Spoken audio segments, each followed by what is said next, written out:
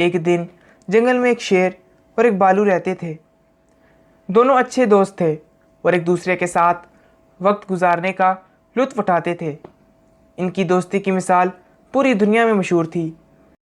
ایک دن شیر نے بھالو سے کہا، بھالو، کیا تمہیں معلوم ہے کہ کس دن ہمارے درمیان کچھ مسائل پیدا ہو سکتے ہیں؟ بھالو نے مسکرا کر جواب دیا، ہاں، شاید کچھ مسائل پیدا ہو سکتے ہیں، لیکن ہمیں ایک دوسرے کی مدد کر کے ان کو حل کرنا چاہیے۔ کچھ دن کے بعد جنگل میں ایک بڑی مشکل پیدا ہو گئی۔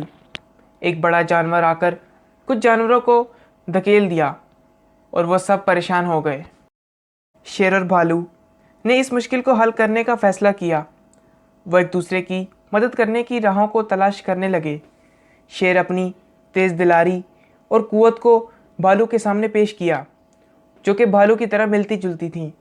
آخر کار وہ دونوں ایک مشترکہ منصوبہ بنا کر ان جانوروں کو بچانے میں کامیاب ہو گئے۔ ان کی مل کر کوششوں نے مشکل کو آسانی سے حل کر دیا اور جنگل کا امن و امان برقرار رکھا۔